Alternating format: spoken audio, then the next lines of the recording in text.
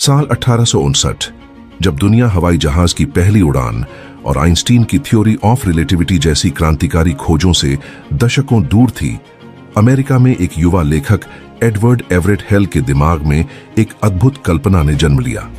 उन्होंने लिखा the brick moon, एक ऐसा कृत्रिम उपग्रह जो ईंटों से बना था और पृथ्वी की कक्षा में तैरता हुआ दुनिया के नेविगेशन सिस्टम का केंद्र बनता। यह सिर्फ एक कहानी नहीं थी, बल्कि अंतरिक्ष में मानव की अदम्य जिज्ञासा का पहला बीज था। सदियों से अंतरिक्ष मानव के लिए एक रहस्यमय आकर्षण का केंद्र रहा है। धर्म ग्रंथों में स्वर्ग और जन्नत की कहानियां विज्ञान की प्रगति के साथ वास्तविकता में बदलने लगी। 1998 में 5 वैश्विक अंतरिक्ष एजेंसियों नासा, अमेरिका, रोसकॉस्मोस, रूस, ईएसए, यूरोप, जाक्सा, जापान और सीएसए, कनाडा ने मिलकर एक असाधारण परियोजना की शुरुआत की, अंतर्राष्ट्रीय अंतरिक्ष स्टेशन। अंतर्राष्ट्रीय अंतरिक्ष स्टेशन पृथ्वी से 400 किलोमीटर ऊपर एक ऐसा अद्भुत ढांचा है जो हर 90 मिनट में हमारी नीली धरती का चक्कर लगाता है। यह सिर्फ एक अंतरिक्ष स्टेशन नहीं, बल्कि मानव इंजीनियरिंग का एक चमत्कार है। इसमें दुनिया की सबसे उन्नत प्रयोगशालाएं, अंतरिक्ष यानों के लिए पार्किंग, 6 बेडरूम का घर, एक जिम और जीवन के लिए आवश्यक सभी सुविधाएं मौजूद हैं। 27 वर्षों तक आईएसएस मानव प्रगति का प्रतीक रहा, लेकिन जून 2024 में यह एक अप्रत्याशित संकट का केंद्र बन गया। बोइंग के स्टारलाइनर स्पेसक्राफ्ट में एक तकनीकी खराबी के कारण भारतीय मूल की अंतरिक्ष यात्री सुनीता विलियम्स और बुच विल्मोर 9 महीनों के लिए आईएसएस में फंस गए। उनकी 8 दिन की यात्रा एक अनिश्चितकालीन प्रवास में बदल गई। यह केवल एक तकनीकी विफलता नहीं थी, बल्कि मानव सहन शक्ति और अंतरिक्ष अन्वेषण की सीमाओं की एक परीक्षा थी। इन 9 महीनों में सुनीता विलियम्स और बुच विल्मोर ने न केवल तकनीकी चुनौतियों का सामना किया, बल्कि शारीरिक और मानसिक रूप से भी कठिन परिस्थितियों का सामना किया। अंतरिक्ष में लंबे समय तक रहने से मानव शरीर पर गंभीर प्रभाव पड़ते हैं। गुरुत्वाकर्षण की कमी से हड्डियां कमजोर हो जाती हैं, मांसपेशियां क्षीण हो जाती हैं और हृदय प्रणाली प्रभावित होती है। इसके अलावा सीमित स्थान और अलगाव से मानसिक तनाव भी बढ़ जाता है। लेकिन इन सब चुनौतियों के बीच आशा की किरण बनकर उभरी इलॉन मस्क की कंपनी स्पेसएक्स। स्पेसएक्स ने न केवल तकनीकी खराबी को ठीक किया, बल्कि सुनीता विलियम्स और बुच विल्मोर को सुरक्षित रूप से पृथ्वी पर वापस लाने में भी महत्वपूर्ण भूमिका निभाई। उनकी सफलता ने एक बार फिर साबित कर दिया कि मानव दृढ़ संकल्प और तकनीकी नवाचार के साथ किसी भी चुनौती को पार किया जा सकता है। नमस्कार दोस्तों, आप देख रहे हैं ऑडियो बुक वाला, जहां हम आपके लिए लाते हैं आसान भाषा में अनकही कहानी और किताबों की सारांश। अगर आप इस चैनल पर नए हैं तो इसे सब्सक्राइब करना ना भूलें। बोइंग विमान जगत का एक दिग्गज नाम जो दशकों से आसमान पर राज कर रहा है, लेकिन हाल के वर्षों में इस कंपनी की साख पर सवालिया निशान लगने लगे हैं। बोइंग 737 मैक्स विमानों के हादसों ने न केवल कंपनी की प्रतिष्ठा को ठेस पहुंचाई, बल्कि सुरक्षा मानकों पर भी गंभीर सवाल खड़े कर दिए। और अब बोइंग का अंतरिक्ष मिशन भी एक नई चुनौती बनकर सामने आया। जून 2024 नासा और बोइंग का स्टारलाइनर स्पेसक्राफ्ट लॉन्च के लिए तैयार था। यह मिशन सिर्फ एक और अंतरिक्ष यात्रा नहीं थी, बल्कि बोइंग के लिए अपनी खोई हुई साख को वापस पाने का एक सुनहरा अवसर था।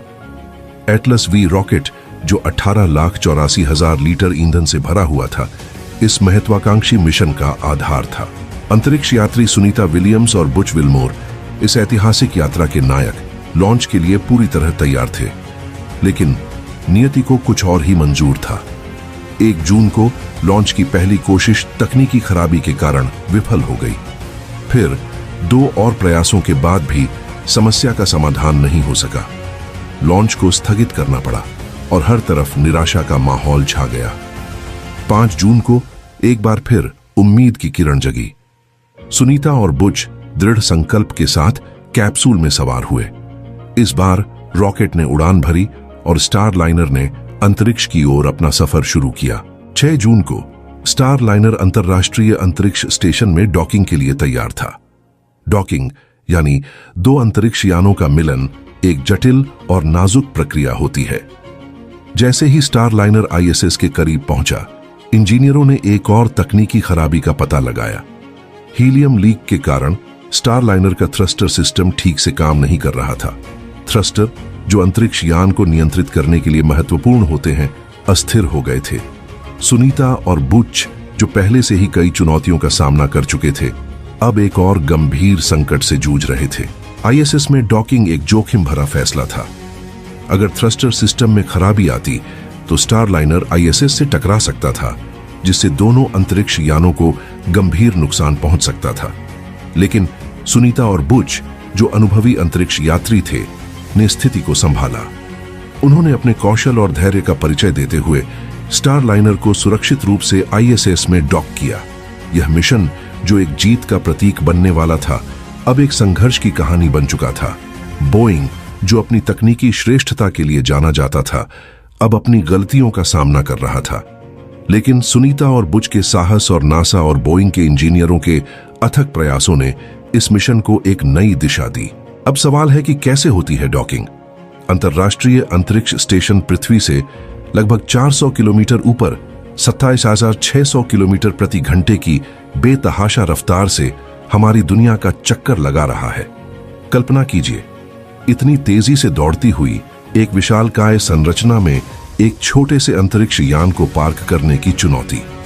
यह किसी हाई स्पीड रेल ट्रैक पर एक धागे को पिरोने जैसा है। अंतरिक्ष यान को आईएसएस में डॉक करने के लिए उसे सबसे पहले आईएसएस की कक्षा में पहुंचना होता है।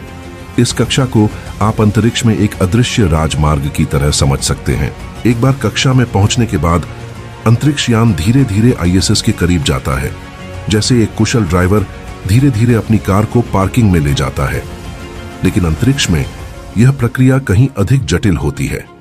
अंतरिक्ष यान की गति और दिशा को नियंत्रित करने के लिए कई सेंसर, कैमरे और लेजर सिस्टम का इस्तेमाल किया जाता है। ये उपकरण आईएसएस और अंतरिक्ष यान के बीच की दूरी, गति और दिशा को मापते हैं और कंप्यूटर को जानकारी भेजते हैं। कंप्यूटर फिर अंतरिक्ष यान में लगे थ्रस्टर्स को सक्रिय करता है। थ्रस्टर्स छोटे छोटे इंजन होते हैं जो गैस के झोंके मारकर अंतरिक्ष यान की गति और दिशा को बदलते हैं। इन थ्रस्टर्स का काम इतना महत्वपूर्ण है कि जरा सी चूक भी गंभीर परिणाम ला सकती है। ये सेंसर और कंप्यूटर के साथ मिलकर काम करते हैं ताकि अंतरिक्ष यान बिल्कुल सटीक स्थिति में आईएसएस के डॉकिंग पोर्ट से जुड़ सके। लेकिन 6 जून को जब बोइंग का स्टारलाइनर स्पेसक्राफ्ट आईएसएस के करीब पहुंचा तो एक अप्रत्याशित घटना घटी। 28 में से 5 थ्रस्टर्स अचानक बंद हो गए। कल्पना कीजिए, एक कार पार्किंग में जा रही है और अचानक उसके कुछ पहिए काम करना बंद कर देते हैं। यही स्थिति स्टारलाइनर के साथ हुई। थ्रस्टर्स के बंद होने से अंतरिक्ष यान की गति और दिशा पर नियंत्रण खो गया और डॉकिंग की प्रक्रिया को रोकना पड़ा। अंतरिक्ष यात्रियों के चेहरे पर चिंता की लकीरें उभर आईं। यह एक खतरनाक स्थिति थी, क्योंकि अगर थ्रस्टर्स में खराबी बनी रहती तो स्टारलाइनर आईएसएस से टकरा सकता था, जिससे दोनों अंतरिक्ष यानों को गंभीर नुकसान पहुंच सकता था। कुछ समय के लिए अंतरिक्ष में तनाव का माहौल छा गया, लेकिन नासा और बोइंग के इंजीनियरों ने हार नहीं मानी। उन्होंने थ्रस्टर्स की समस्या को सुलझाने के लिए अथक प्रयास किए और अंत में उन्हें सफलता मिली। कुछ समय बाद स्टारलाइनर को फिर से डॉक करने की कोशिश की गई और इस बार यह सफल रहा। सुनीता विलियम्स और उनके साथी बुच विलमोर सुरक्षित रूप से आईएसएस के अंदर पहुंच गए। यह घटना हमें याद दिलाती है कि अंतरिक्ष अन्वेषण कितना जोखिम भरा है। एक छोटी सी तकनीकी खराबी भी एक बड़े मिशन को खतरे में डाल सकती है, लेकिन मानव साहस और दृढ़ संकल्प के सामने कोई भी चुनौती असंभव नहीं है। स्टारलाइनर स्पेस स्टेशन में सुरक्षित रूप से डॉक तो हो गया, लेकिन एक और चिंताजनक खबर सामने आई। अंतरिक्ष यान से हीलियम गैस लीक हो रही थी।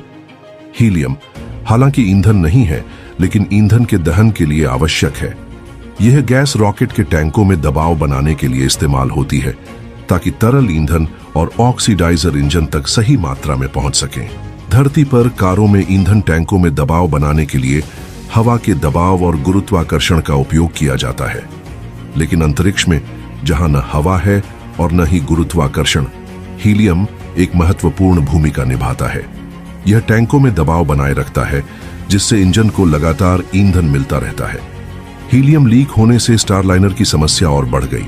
अंतरिक्ष स्टेशन से वापस आने के लिए थ्रस्टर्स की आवश्यकता होती है और थ्रस्टर्स को काम करने के लिए हीलियम की आवश्यकता होती है। इसका मतलब था कि स्टारलाइनर का उपयोग अब जोखिम भरा हो गया था। नासा के पास पर्याप्त संसाधन थे और वे एक और अंतरिक्ष यान भेजकर सुनीता विलियम्स और बुच विलमोर को वापस ला सकते थे, लेकिन यह उतना आसान नहीं था जितना लगता है।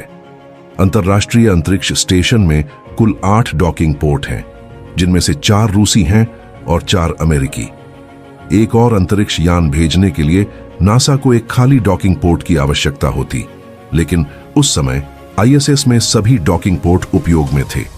इसके अलावा एक और अंतरिक्ष यान भेजने में कई महीने लग जाते। इस दौरान सुनीता विलियम्स और बुच विलमोर को आईएसएस में ही रहना पड़ता। इससे उनके स्वास्थ्य पर गंभीर प्रभाव पड़ सकता था। नासा के इंजीनियरों के सामने एक कठिन चुनौती थी। उन्हें स्टारलाइनर की हीलियम लीक की समस्या को ठीक करना था, ताकि अंतरिक्ष यात्रियों को सुरक्षित रूप से वापस लाया जा सके। यह एक जटिल और नाजुक काम था, क्योंकि अंतरिक्ष में मरम्मत करना धरती पर मरम्मत करने से कहीं अधिक कठिन होता है। रूसी डॉकिंग पॉइंट्स पर अमेरिकी स्पेसक्राफ्ट फिट नहीं हो सकते, इसलिए वे विकल्प तो पहले ही खत्म हो गए थे। बचे थे सिर्फ अमेरिकी डॉकिंग पॉइंट्स। उनमें से भी 2 पॉइंट्स कार्गो स्पेसक्राफ्ट्स के लिए थे, जिनका आकार स्टारलाइनर से बड़ा था, यानी वहां भी पार्किंग संभव नहीं थी। अब बचे थे सिर्फ 2 पॉइंट्स। एक पर खुद स्टारलाइनर खड़ा था और दूसरे पर स्पेसएक्स का स्पेसक्राफ्ट, जिसमें पहले से ही अंतरिक्ष यात्री मौजूद थे, यानी सभी रास्ते बंद हो चुके थे। अगर आपके मन में यह सवाल आ रहा है कि अंतरिक्ष यात्री स्पेसएक्स के स्पेसक्राफ्ट में बैठकर वापस क्यों नहीं आ सकते, तो यह कोई सामान्य बस या कार नहीं है। अंतरिक्ष यान में सीमित स्थान होता है और उसमें उतने ही लोग बैठ सकते हैं जितने के लिए वह डिजाइन किया गया है। अतिरिक्त यात्रियों के लिए कोई जगह नहीं थी, लेकिन नासा को अंतरिक्ष यात्रियों को सुरक्षित वापस लाना था। रेस्क्यू ऑपरेशन की तैयारियां शुरू हो गईं। 27 वर्षों से अंतर्राष्ट्रीय अंतरिक्ष स्टेशन में एक परंपरा रही है कि यह कभी भी खाली नहीं होता। एक बैच के अंतरिक्ष यात्री तभी वापस आते हैं जब दूसरा बैच पहुंच जाता है। जब सुनीता विलियम्स जून में स्पेस स्टेशन पहुंची, तो वहां क्रू 8 बैच मौजूद था। स्पेसक्राफ्ट में अतिरिक्त जगह न होने के कारण उनके साथ लौटना संभव नहीं था, लेकिन नासा ने एक योजना बनाई। 24 सितंबर 2024 को जब अगला बैच क्रू 9 भेजा गया, तो उसमें 2 अंतरिक्ष यात्री कम भेजे गए।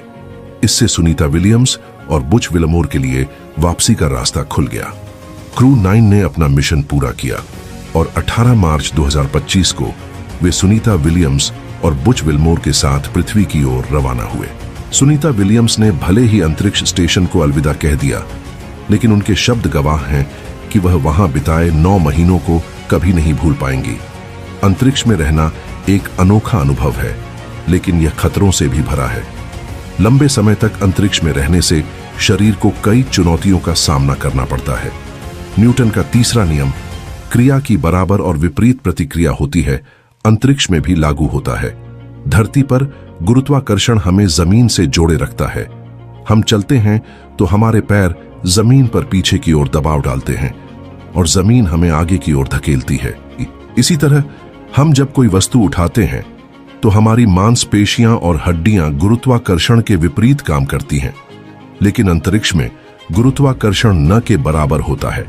इसका मतलब है कि हमारी मांसपेशियां और हड्डियां लगातार काम नहीं करती और वे कमजोर होने लगती हैं। यही कारण है कि अंतरिक्ष में 2 हफ्तों में मांसपेशियों की ताकत 20% तक कम हो जाती है और 6 महीनों में 30% तक। हड्डियां भी हर महीने 1 से 2% कमजोर हो जाती हैं, जिससे फ्रैक्चर का खतरा बढ़ जाता है। इन समस्याओं से बचने के लिए अंतरिक्ष यात्री हर दिन 2.5 घंटे व्यायाम करते हैं। वे वेट ट्रेनिंग, ट्रेडमिल और साइकिलिंग करते हैं। यही कारण है कि अंतरिक्ष स्टेशन में जिम की सुविधा होना जरूरी है। गुरुत्वाकर्षण की कमी का असर हमारी हाइट पर भी पड़ता है। अमेरिकी अंतरिक्ष यात्री पेगी व्हिटसन ने एक इंटरव्यू में बताया कि अंतरिक्ष से लौटने के बाद उनकी हाइट लगभग आधा इंच बढ़ गई थी। इसका कारण यह है कि गुरुत्वाकर्षण की कमी से रीढ़ की हड्डियां फैल जाती हैं। लेकिन यह प्रभाव अस्थायी होता है और कुछ समय बाद हाइट सामान्य हो जाती है। अंतरिक्ष में रहने से आंखों की रोशनी भी प्रभावित हो सकती है। गुरुत्वाकर्षण की कमी से आंखों के पीछे तरल पदार्थ जमा हो जाता है, जिससे ऑप्टिक नर्व पर दबाव पड़ता है। इससे आंखों की रोशनी में बदलाव आ सकता है। इसके अलावा अंतरिक्ष में रेडिएशन का स्तर भी अधिक होता है, जिससे कैंसर का खतरा बढ़ जाता है। अंतरिक्ष यात्री अंतरिक्ष में रहने के दौरान रेडिएशन से बचने के लिए खास तरह के कपड़े पहनते हैं। सुनीता विलियम्स के पृथ्वी पर लौटने के साथ ही अंतरिक्ष में लंबे समय तक रहने के खतरों और चुनौतियों पर एक बार फिर से चर्चा शुरू हो गई। ये सिर्फ एक यात्रा नहीं थी, बल्कि मानव शरीर की सीमाओं और अनुकूलन क्षमता की एक परीक्षा थी। पृथ्वी पर लौटने के 24 घंटों के भीतर सुनीता विलियम्स की हाइट वापस सामान्य हो गई। गुरुत्वाकर्षण ने अपना काम किया और रीढ़ की हड्डियां फिर से सिकुड़ गईं। लेकिन यह तो सिर्फ शुरुआत थी।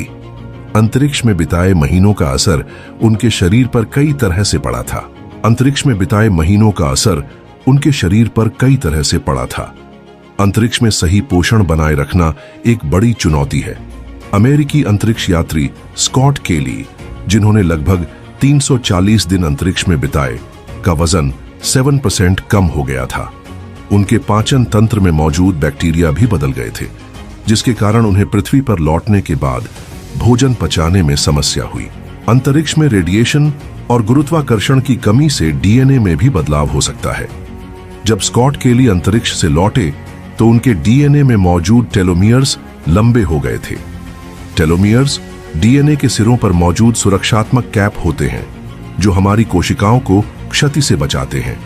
जैसे जैसे हमारी उम्र बढ़ती है, टेलोमियर्स छोटे होते जाते हैं, लेकिन अंतरिक्ष यात्रा टेलोमियर्स की लंबाई को बदल देती है।